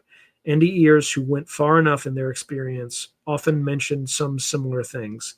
Meeting a council, being told about their mission on Earth, seeing a sort of city of light, meeting a deity figure, radiating love, etc. Some NDEers, like Betty Eady, author of Embraced by the Light, claimed that during her NDE, she was shown how she had agreed to certain challenges in life and that nothing was by accident, echoing the life plan idea. Another NDEer, Mellon Thomas Benedict, said he was taken to a library of knowledge and glimpsed a kind of staging area where souls were prepared to reincarnate, which is again similar to regression accounts. The near-death visions of unborn children, studied by Craig Lundahl, documented NDEs where experiencers met souls of children waiting to be born into their families. One man saw his future son in the spirit realm. Another girl playing in a heavenly meadow met two little boys who later came through as her mother's future sons. These incidents suggest that even NDEs can occasionally tap into that inner life where unborn souls reside before coming to Earth. Then we have spiritual and traditional perspectives on the inner life. Long before modern regression or NDE studies, various spiritual traditions envisioned a life between lives. Tibetan Buddhism, for instance, has the detailed concept of the bardo, intermediate states after death, described in the Bardo Thodal, which is the Tibetan Book of the Dead.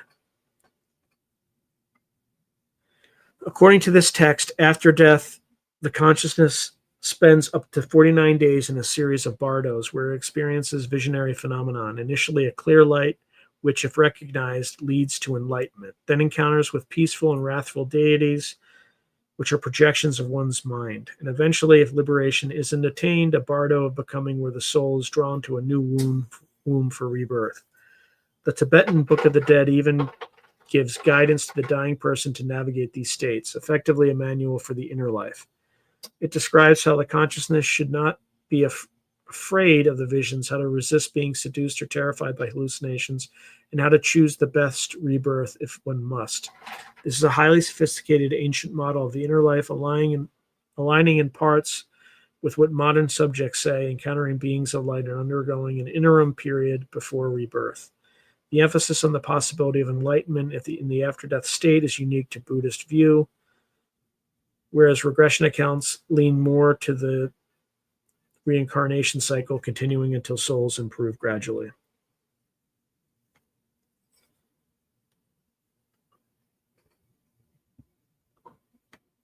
Hindu philosophy also includes an interim after death. The concept of Pitarloka, realm of ancestors, or various heavens and hells, Svarga, Naraka, where souls go according to karma, but are not necessarily permanent. They eventually return to Earth. The Garuda Purana, or Purana, a Hindu text, describes the soul's journey after death through different realms and eventually reincarnation based on karma. It's couched in mythic imagery, but the idea of an interim is present. Many Hindus and Sikhs who have had NDE-like experiences indeed interpreted them via Yama's court, the judgment hall, which can be seen as analogous to Newton's council, albeit more fearsome in lore. Interestingly, we saw how Indian NDEs often feature being told it's not time and being sent back. This aligns with the belief that until it's the destined time, one returns. Western esoteric traditions like Theosophy, some early 20th century spiritualist writings, explicitly discuss life between lives. Theosophy speaks of Devachan, a blissful interlude between incarnations where the soul processes the last life's experiences, sort of a self-created heaven to assimilate lessons. After Devachan, the soul goes to Kamaloka, the astral plane, for eventual rebirth. This parallels a lot of what regression uncovered: blissful resting place followed by preparation to return. And then there's modern spiritualism in the 19th and 20th centuries. From mediumistic accounts, often described the afterlife as a series of spheres where souls live, learn, and progress. Many mediums reported that souls communicated the existence of schools, jobs, even cities in the beyond, not unlike what Newton's patient said. The notion of a summerland, a term used by some spiritualists to denote a beautiful realm where spirits dwell between earthly lives, resonates strongly with the idyllic landscapes NDEers and regressions describe. In summary, the concept of an inner life is far from new. It appears in many belief systems, and what's remarkable is how much concordance there is. Modern regression and NDE accounts often validate these older teachings in fresh, secular language. It is as if multiple vantage points, ancient scripture, mediumistic messages, contemporary hypnosis, and NDEs are all pointing to a stage of existence where souls continue their journey after death, engage in meaningful activities, review, reunion planning, and then re-enter life, forming an ongoing cycle of growth. Okay, and then there's near-death accounts involving inner life memories. While NDEs usually concern the immediate death-related realm, like a preview of the afterlife one would go to if one died then, there are instances where NDEs report glimpses specifically of a pre-birth context or memories of having chosen their life. For instance, a documented NDE from LDS, or Mormon literature, tells of a man named Ned who, during an NDE, was shown a room full of souls, including children, and he realized some were the spirits of his future children waiting to be born to him.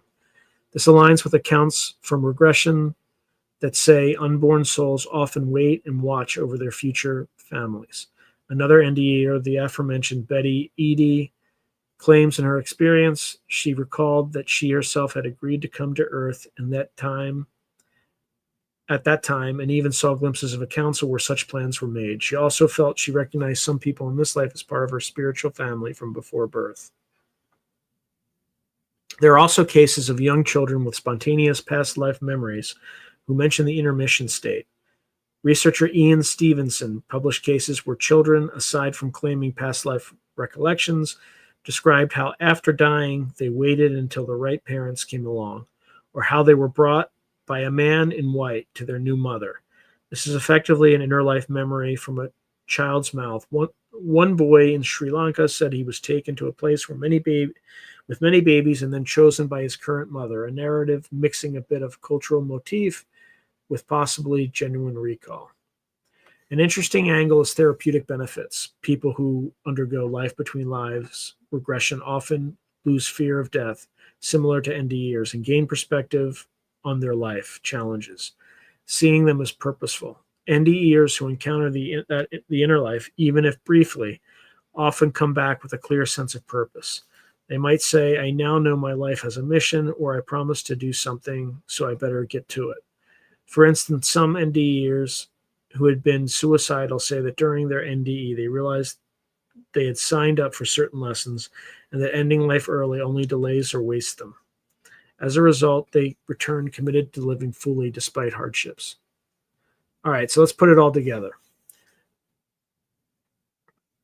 When we compile the narratives from NDEs, deathbed visions, and inner life regressions, we get a rather grand picture, a continuation of consciousness that traverses death. In this picture, death is not an abrupt end, but a transition into another chapter, one in which the soul reviews and recuperates, stays connected with its loved ones in spiritual form, and then eventually chooses to embark on a new life adventure. The inner life concept emphasizes reincarnation as a growth process, adding an extra dimension to what NDEs show. NDEs often stop at the entrance to heaven or at the decision point to return, whereas the inner life material carries the story onward. What if you didn't come back, but spent time in that realm and then came again? These two sources, NDE and inner life regression, essentially corroborate each other on many points. The existence of a loving light, spirit guides, reunions with souls, life reviews, and purposeful rebirth. Of course, it must be acknowledged that both NDE and regression reports are subjective and not without skeptics, but from the perspective of the experiencers and many who study them, the consistency and depth of these accounts provide powerful affirmation of a meaningful spiritual reality underpinning physical life. They portray the universe as a kind of spiritual school where our lives are akin to classes we attend. Death is simply graduation to the next phase, and the intermissions are where we look at the report card and decide on new courses. The emphasis is invariably on love, knowledge, and moral growth as the currency of value, a theme that is striking across NDEs and regressions alike. In conclusion, exploring life between lives through these accounts encourages a holistic understanding of the journey of consciousness, from pre-birth intention to earthly experience to post-death review and around again. It adds richness to the NDE narratives by suggesting that the being of light and guides have been with us before we were born and will remain after, that the dead relatives welcoming an NDEer had once welcomed them into life as well, and that each life has threads connecting backwards and forwards in a tapestry of many lifetimes. Whether one takes it literally or symbolically, it is undeniably a comforting and ennobling vision. It implies that our struggles have purpose, our relationships are eternal, and death is not to be feared, but seen as going home and maybe coming back for recess in the grand adventure of the soul. So, in conclusion, from the accounts and analyses above, we can see that near-death experiences, deathbed visions, and reports of a life between lives collectively offers an experiential map of what dying and beyond might feel like. Near-death experiences provide a dramatic first-hand narrative of crossing the threshold of death, the sensation of leaving the body, traveling through darkness into light, meeting transcendent love and familiar souls, we're living one's life with newfound understanding and often being sent back with a renewed appreciation for life. These experiences, reported with striking consistency by people across cultures and times, suggest that consciousness can perceive realms of existence that are not accessible during ordinary life. The common stages of NDEs, from out-of-body floating to tunnel, to encounters with a being of light, or deceased loved ones, to a panoramic life review, emphasize themes of peace, connectedness, and learning. People return from NDEs profoundly transformed. They nearly always describe losing their fear of death, gaining a sense of purpose, and realizing the paramount importance of love and knowledge. In the case studies we examined, we saw how individual narratives flesh out these general stages with concrete, compelling detail. Historical cases like Plato's or Bade's Drythelm show that humans have been reporting these motifs long before modern medicine, suggesting the NDE is not a product of contemporary culture, but a part of human experience. Modern cases like Pam Reynolds and Maria illustrate that NDEs can include verifiable perceptions, challenging our understanding of mind and brain. Cross-cultural comparisons broaden our perspective. Whether an American meets Jesus or an Indian meets Yamaraj's messengers, the underlying process is analogous. The person's psyche uses familiar symbols to navigate the journey out of life. This diversity in similarity enriches the narrative of NDEs, underscoring a universal experience colored by personal context. Deathbed visions closely parallel NDEs, but in life's final chapter. They reaffirm that as people truly approach death, they often see what NDEers saw, loving presences of those who've gone before, sometimes glorious sights of another world, and they feel great peace and readiness to depart. Deathbed visions bridge the gap between NDEs, where one returns, and actual death, where one doesn't return to tell us. They show that even when not revived, the transition of dying can be gentle, even joyous, a reunion rather than a terror. Examples of DBVs, like the dying mother recognizing a predeceased sister no one told her about, also provide some of the most intriguing hints that these experiences might reflect more than hallucinations. DBVs and NDEs together form a continuum. NDEers often say, "I was sent back because it wasn't my time," while DBV patients conversely often announce, "They're here to get me, I have to go." Both indicate a timing and orchestration beyond the individual's will, which many interpret as spiritual in nature. Finally, the exploration of the life between lives adds a broad context that frames NDEs and DBVs as part of a larger journey of the soul. The reports from regression and spiritual traditions propose that our consciousness existed before this life and will continue after, engaging in cycles of embodiment for growth. They depict a purposeful universe where we plan our lives, meet challenges for the sake of learning, and are guided all along by wiser beings.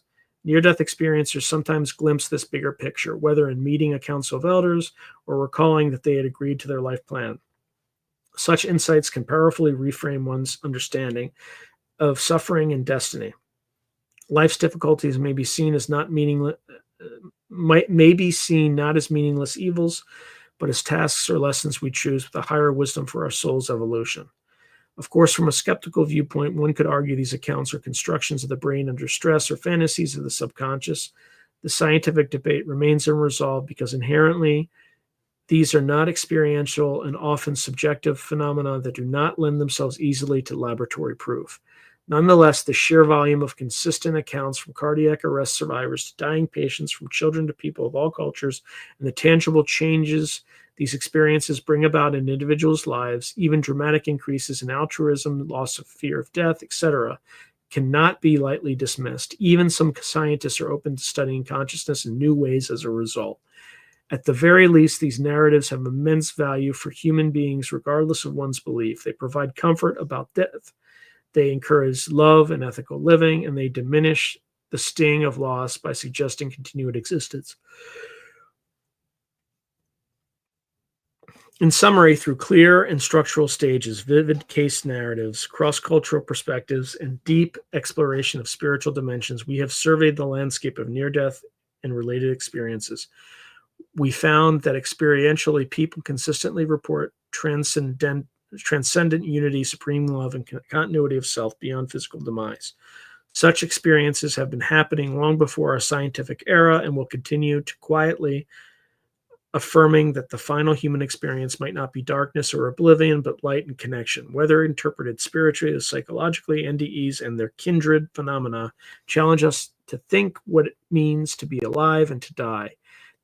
They suggest that dying is not the end of awareness, but rather a transformative passage, perhaps a homecoming to a larger reality in which, as countless NDEers attest, love is the highest truth.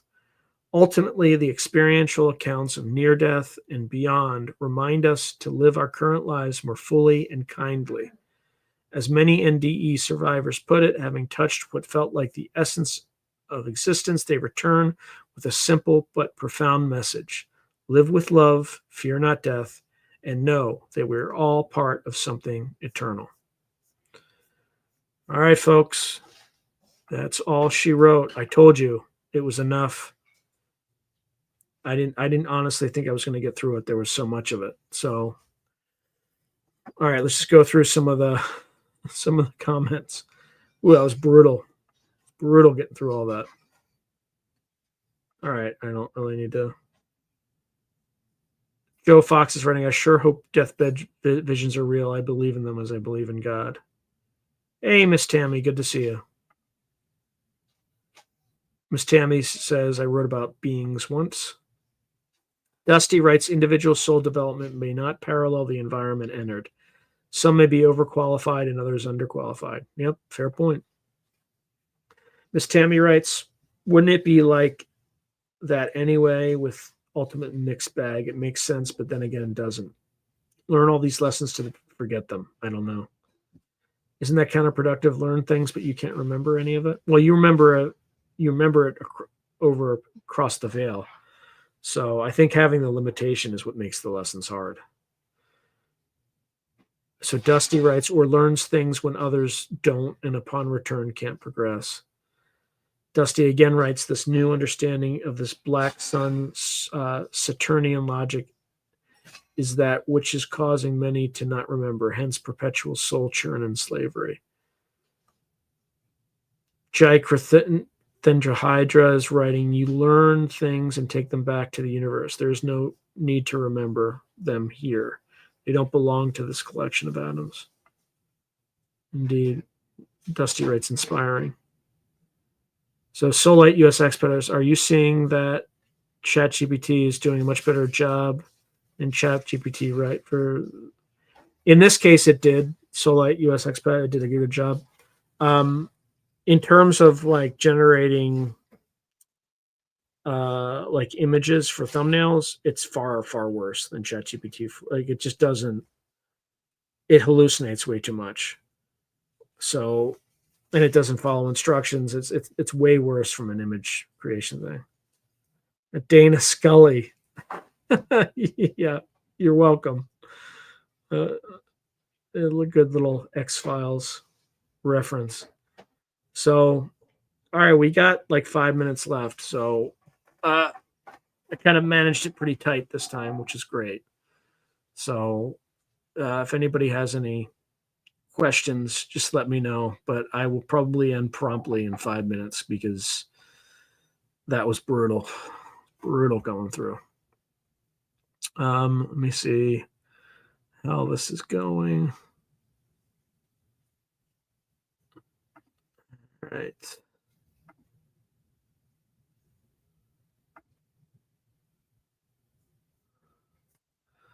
Oh man.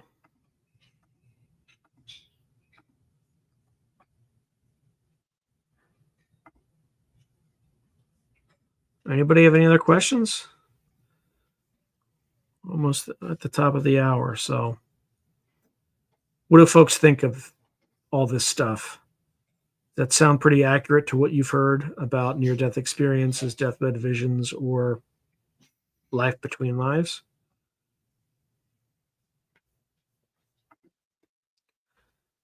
Okay, so Solite US Expat is saying, I guess you now have access to all of future forecasting shows. Are you going to watch their projects when time allows? Perhaps do a show around some of the more interesting. Well, I definitely do have access to all their stuff, and I have watched some of it. But it's hard to search through, which is why they did like a rebrand and kind of established a new site, so it'd be easier to search and find the stuff you're looking for. Well, thank you, Dana Scully. It's very, very strange for me to be talking to a character of the X Files, but Dana Scully of the X Files writes, I thought it was enlightening and resonates with my beliefs. Yeah, I've heard all those things kind of individually, but it was good to see it kind of compressed into one holistic narrative. So I thought that was helpful. Indeed. What else?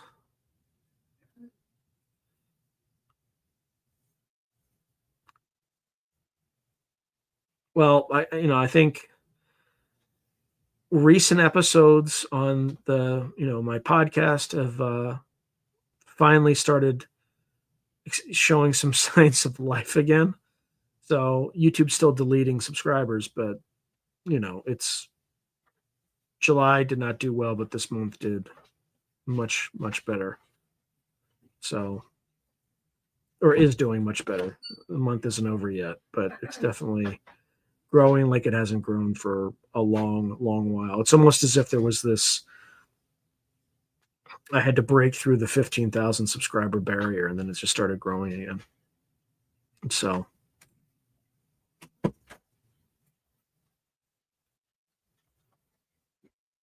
oh, let's see. Yeah, I hope so too. So Fred writes, I hope you get more views after hosting the future forecasting group. Yeah, I think so too. And it's there's a lot of interesting things that we do there. It's not just we also yeah, well I won't get into it because I'm not sure what I can share and what I can't. So Solite US Expat is saying any exciting guests coming up. By the way, if you do 5 to 7 YouTube shorts, it keeps up with the algorithm. You might be able to get more subscribe.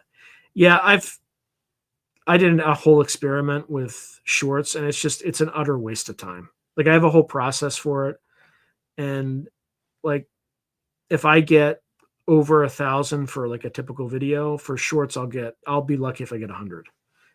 I mean, over time it builds, but it's a huge waste of time.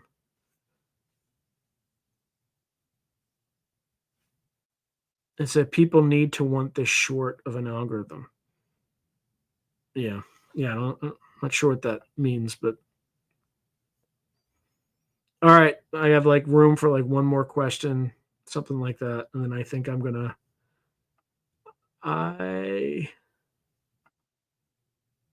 I'll just get that out there.